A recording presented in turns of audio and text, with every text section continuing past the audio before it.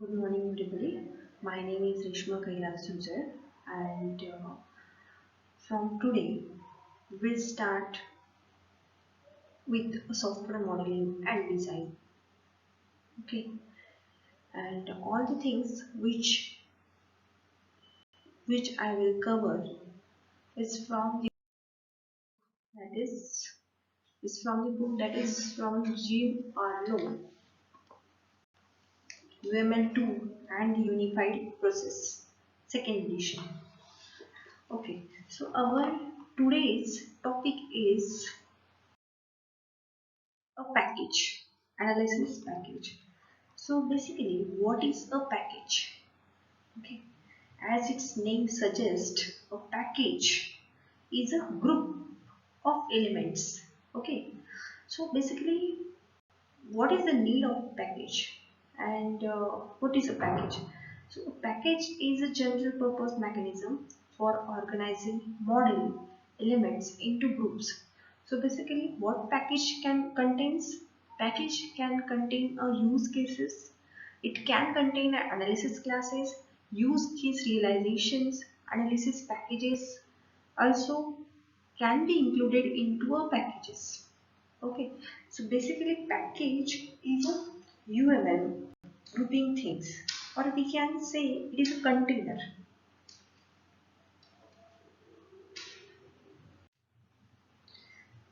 Or we can say and it is a container and owner for model elements.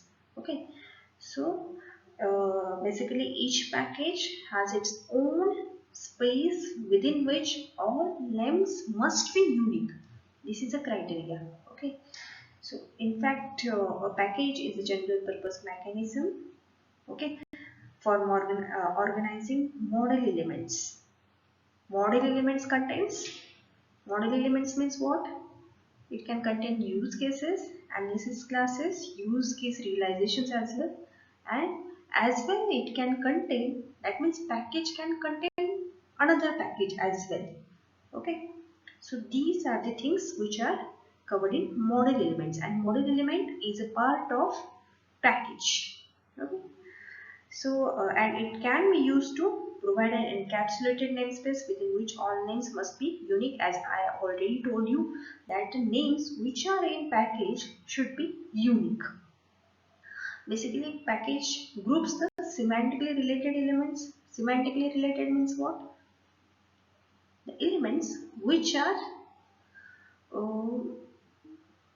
which are related to each other, which are part of one group, we can say, or which are related by some meaningful relationship. So it is called as a semantically related elements. So semantically related elements are can be a part of packages. Okay, as well as it defines a semantic boundary in the model. Okay, so basically what we can say, a package is a logical grouping mechanism. Okay, logical grouping mechanism means what? It focuses on the logical things. Okay, and if you want to physically group model elements, then you can use components. So where there is a need of logical grouping, you can use packages, and when there is a need of physical grouping, you can use components. Okay, so this is all about packages. As I already told you packages can contain use cases, analysis classes, use case realizations, and another packages as well, a part of packages. So this is all about package. The package syntax is here. So there are three major types. By using, you can denote a package syntax. So here you can see the first syntax you can see here, this one. Okay, so in this, see what I underline here. Okay, this is the first package syntax in which only a package name is denoted. Okay, and the details, that means the attributes, or we can say members, are not included in this syntax. Okay, so this is a more abstract form of how you can denote a package. Okay, the next one, this one,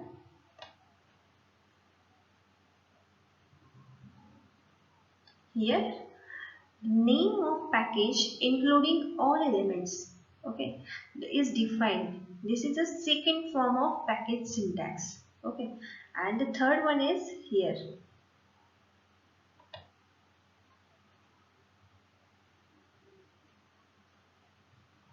This is the third one. Okay, so in this, the access means in this syntax, the relationships are also denoted. So see here, access relationship is defined. Okay, access, we will see later what is the meaning of access, but this is a third form of syntax, how you define a or denote a package in a diagrammatical form. So these are the three ways how you can define a package or demonstrate a package. Okay, so basically there are see here, in the second syntax of package, there are some visibility are mentioned. So here plus indicates a public and minus indicates a private. As everyone knows, we have already discussed these things many times in previous lectures. Okay, so public means what? Elements with public visibility are visible to elements outside the package. Okay, they are exported by the package. Okay, and what is the meaning of private? Elements with private visibility are completely hidden inside the package. Okay, so this is the meaning of public and private. So you can use visibility of package elements to control the amount of coupling between packages. Okay, so coupling means what? See, basically a good software will or should have a low coupling between them. So coupling means what? Interdependence between elements, or we can say attributes. So there should be a low coupling. So you can achieve low coupling using this visibility modes, that is public and private. Okay, so this is all about package syntax and visibility modes. There are two standard stereotypes also there, for packages. The first one is the framework and the model library. So what is the meaning of framework? Basically a package that contains model elements that specify a reusable architecture. Okay, so what is the meaning of this? That when framework stereotype is used, okay, that means you can use a reusable architecture. That means whatever you are specified, that can be reusable. Okay, or you can um, inherit, we can say you can inherit or reuse that syntax or packages. Okay, then next stereotype is model library. So model library means what? A package that contains elements that are intended to be reused by other packages. So the difference between these two is that in framework you can use reusable within the package, and model library, in case of model library, the elements that are intended to be reused by other packages. So this is all about framework stereotype and model library stereotype. Next, here are the nested packages. So nested packages means what? The packages which are included inside the packages. It is called as a nested packages. Okay. So if an element is visible within a package, then it is visible within all nested packages. Okay. This is very true. Okay. Then example, benefits is visible within member details. Now see the figure here. Here benefits is a one element, okay, and it is nested within a membership, okay. So uh, so here member details can see a benefits element, okay. So here to denote a nested packages, okay, or to show a relationship between nested packages, a containment is used. So here the symbol, here see the symbol, this is anchor icon, and this type of relationship is called as a containment relationship. And what is the meaning of this? That the packages are nested within a packages. So to denote a nested packages, a containment relationship with anchor icon is used. Okay. So now see here in this figure you can see a member element is a nested within a member details. Okay. Then here joining rules as well as membership rules as well as benefits are contained within a membership. Okay. So this is all about nested packages. Now here are some dependencies. Okay. Some package dependencies are here. So the first one is the use dependency. So what is the meaning of use dependency? This is a default dependency. If the use or anything else dependencies are not mentioned, then by default it is a use. Okay, use dependency is there. So what is the meaning of use dependency? An element in the client package uses a public element in the supplier package in some way. Okay, the client depends on the supplier. This is the meaning of use. Next is the import dependency. So what is the meaning of import dependency? Public elements of the supplier namespace are added as public elements to the client namespace. So whatever public elements are mentioned in a supplier package are or can be a part of client element as a public, can be considered as a public elements in a client as well. Okay.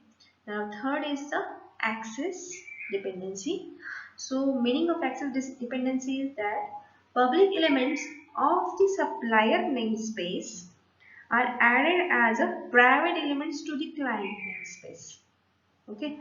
So whatever elements are mentioned in supplier as a public are considered as a private elements in the client namespace. Okay. And basically this access package dependency, you can use it to achieve a high cohesion and low coupling. Okay. As we have already discussed that coupling means what? There is a interdependency, dependence between two elements. So to avoid that dependence or to avoid coupling, you can use this access dependency there. So you can achieve high cohesion and low coupling using access. Now next is the trace dependency. So basically trace is used usually what it represents. It represents a historical development of one element into another. Okay. So here as we have already discussed many times that analysis model, in analysis model the main focus is on problem. Okay, problem domain, and in design model the main focus is on solution. So these are basically two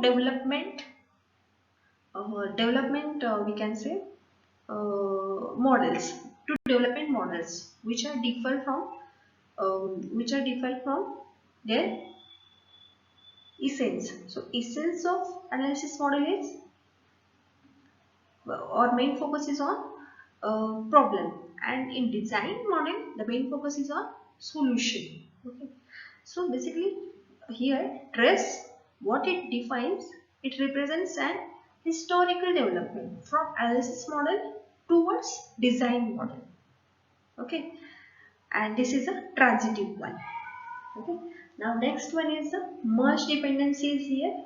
So merge is used for public elements of the supplier package are merged with the elements of the client package, as its name suggests, very clear. Okay. Now here both import and access merge client and supplier namespaces, as we have already discussed, but the difference between the two, that is import and access, is that import performs a public merge, that is merge supplier elements become public in the client. Okay, and while access performs a private merge, that is merge elements become private in the client. Okay, so this is the major difference between import and access. As we have already discussed, that access is basically used to achieve a high cohesion and low coupling, because it is not transitive. We will see in later slide what is transitivity.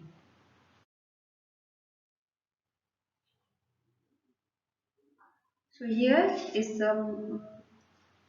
the meaning of transitivity. So basically transitivity means what? It means that if there is a relationship between things A and thing B, okay, we will draw one figure, just a second.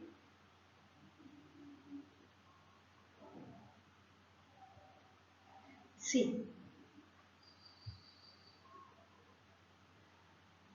here is one package, suppose package A.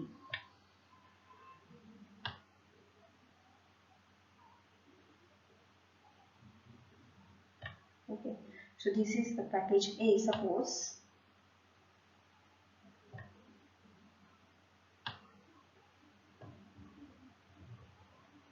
And here is a package B.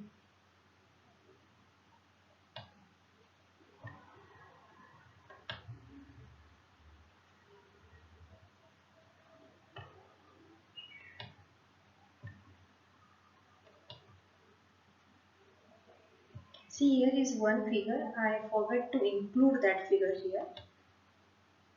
I am very sorry for that. That's why I am drawing one figure, so that you can better understand the thing. So here there are three packages. Okay, and here there is a small. This is folder type. Package is denoted like a folder.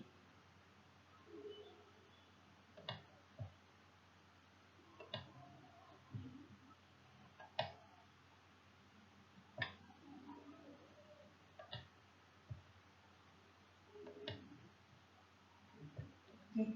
And if there is an access relationship between these packages,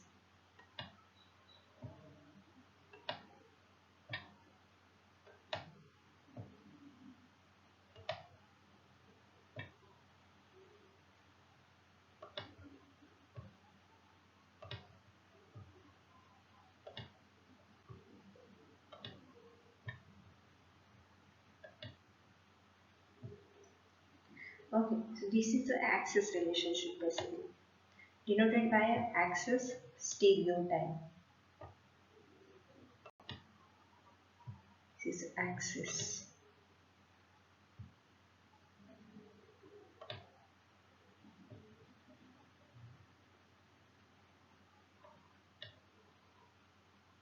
And here as well there is an access relationship. Okay, so now basically first of all see what is transitivity.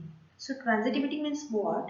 It means that if there is a relationship between thing A and B, in this case package A and B, and relationship between thing B and C, in this case package B and C, then there is an implicit relationship between things A and C. I think you have seen many times these things, that if A is depends on B, B is depends on C, then C is depends on A. Okay. So now basically understand the difference between import and access. So import dependency is transitive, but the access dependency is not. How we will understand this? Okay, because see, when there is an import dependency you are using between a client and supplier, in this case between package A and B. Okay, that if you are using import dependency, then public elements in the supplier package become public elements in the client. Okay, so there is no difference between attributes, as whatever that are public in A, that are that are public in B as well and public in C as well. So there is a transitive relationship in case of import, but the case is different in case of access. Okay, so what is the difference? When you are using access dependency between client and supplier package, public elements in the supplier package become private elements in the client package. Okay, so here is the difference. So lack of transitivity in access means that public, in this case, see the figure, public elements in package C become private elements in package B. Okay, and public elements in package B become private element in package A. Elements in package A therefore can't access elements in package C, as clear, very clear to you. Okay, so this is all about transitivity, how import and access differs. And as I already discussed that access basically allows you to manage and control coupling and cohesion in the model. Next is package generalization is here. So package generalization is similar whatever we have seen in class generalization. Okay, so basically to understand this you should be aware of inheritance. So basically what is inheritance? Inheritance means you can reuse the properties of parent classes. Okay, children classes or subclasses can access the attributes of superclasses, or we can say parent classes. So this is very similar to your class generalization. If you go upward, there is a generalization, and if you go downward, there is a that is called as a specialization. Okay, these things we have already seen, and the similar thing is carried out for package generalization. Okay, so here you can see product is a parent class, and hotels and car hire, these are the subclasses which are inheriting some items from the parent classes, like item, then price is here. Okay, then market, then price, market, these things are reused. Okay, so this is all about package generalization. Now next is architectural analysis is here. In architectural analysis, all the analysis classes are organized into a set of cohesive analysis packages. Okay, and these are further organized into a partitions.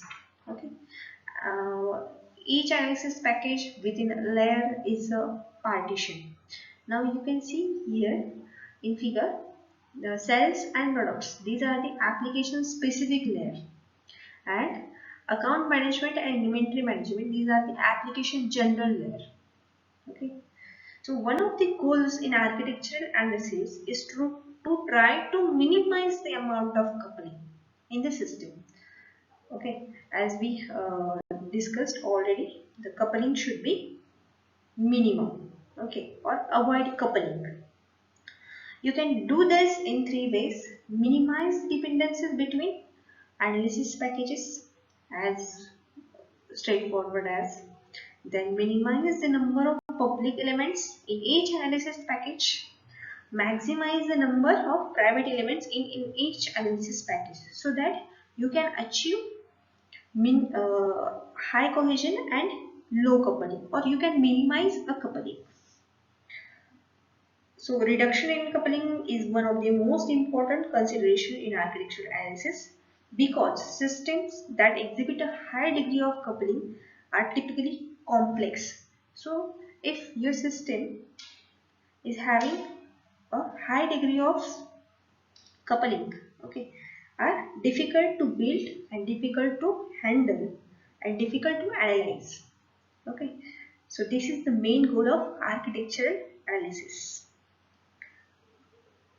So in analysis, however, you can just arrange packages into application specific layer, and as you can see in figure, and application general layers. The application specific layer contains functionality that is entirely specific to the particular application, as sales is particularly specific to a sales department, and products are specifically considered specific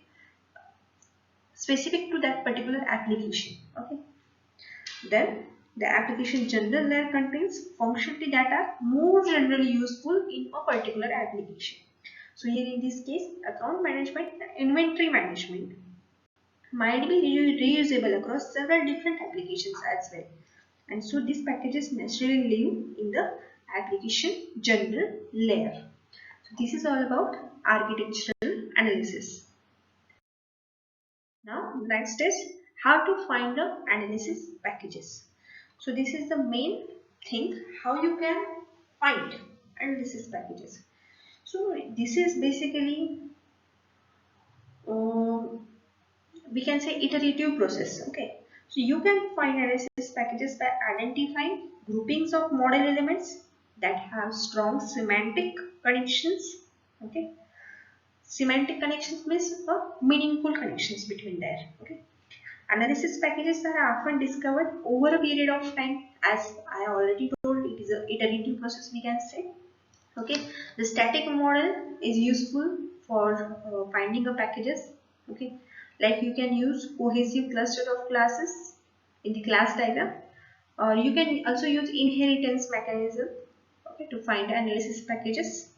Okay, so you may consider the use case model as a source of packages, because it is important that you try to make packages as cohesive as possible from business process perspective. Okay, and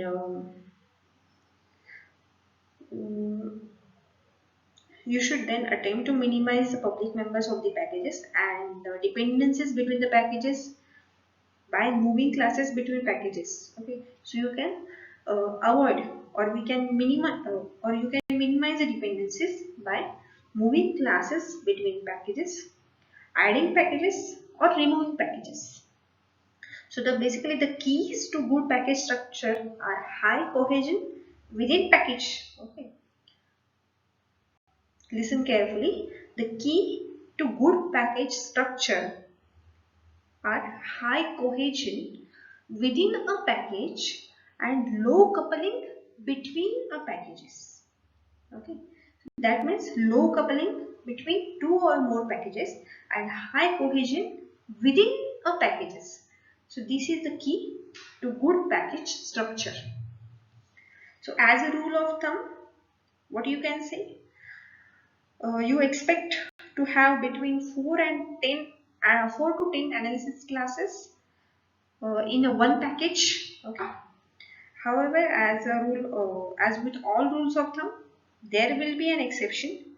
So there can be exception. It is not mandatory to have 4 to 10 classes in a package per package. So you can include one class in one package as well, or one use case in one package as well. But that is not fruitful. Okay, so as a rule of thumb, expect between 4 to 10 analysis classes per packages. Okay, so this is all about how you can find analysis packages. Here are some guidelines for finding analysis packages. Okay, so a cohesive group of closely related classes or class hierarchy and supporting classes. Then minimize dependencies between packages, achieve low coupling. Then you can use localized business processes in packages where possible. Minimize nesting of packages. Okay, don't worry about dependency stereotypes. Don't worry about package generalization. Refine package structure and as analysis progresses. Okay, and 4 to 10 classes per package as we have already discussed. And avoid cyclic dependencies. So cyclic dependencies means what? Now see the figure here the second figure. In this A and B, here there is a cyclic dependency, as well as here as well there is a cyclic dependency. So cyclic dependencies should be avoided. Then and then you can achieve a low coupling, or you can minimize the coupling between packages. Okay. So to avoid these dependencies, what you can do? Suppose we have a very simple model with one class in package A and another class in package B. Okay. Listen carefully. If you have one class in package A and another class in package B, if the class in package A has a bidirectional relationship with the class in package B as demonstrated in this figure, okay, then package A depends on package B as well as B also depends on package A. So we have cyclic dependency between these two packages. Okay. The only way to remove this dependency are to refine the relationship between A and B by making it unidirectional. Okay. So what you can do? You can refine this relationship and make it a unidirectional. Okay. Or to put the two classes in the same package. Okay, so package dependencies thus provide an excellent argument for using navigability in analysis models. So you can what you can do? You can merge this dependency into one package so that dependency is avoided. These two packages are merged into one, or you can split. So these are the two ways to avoid a cyclic dependencies. Now here is a summary of analysis package chapter. So packages are the usual way of grouping modeling limits. There are dependency and generalization relationships between packages. The package structure of the analysis model refines the logical system architecture. So this is all about packages. Thank you very much.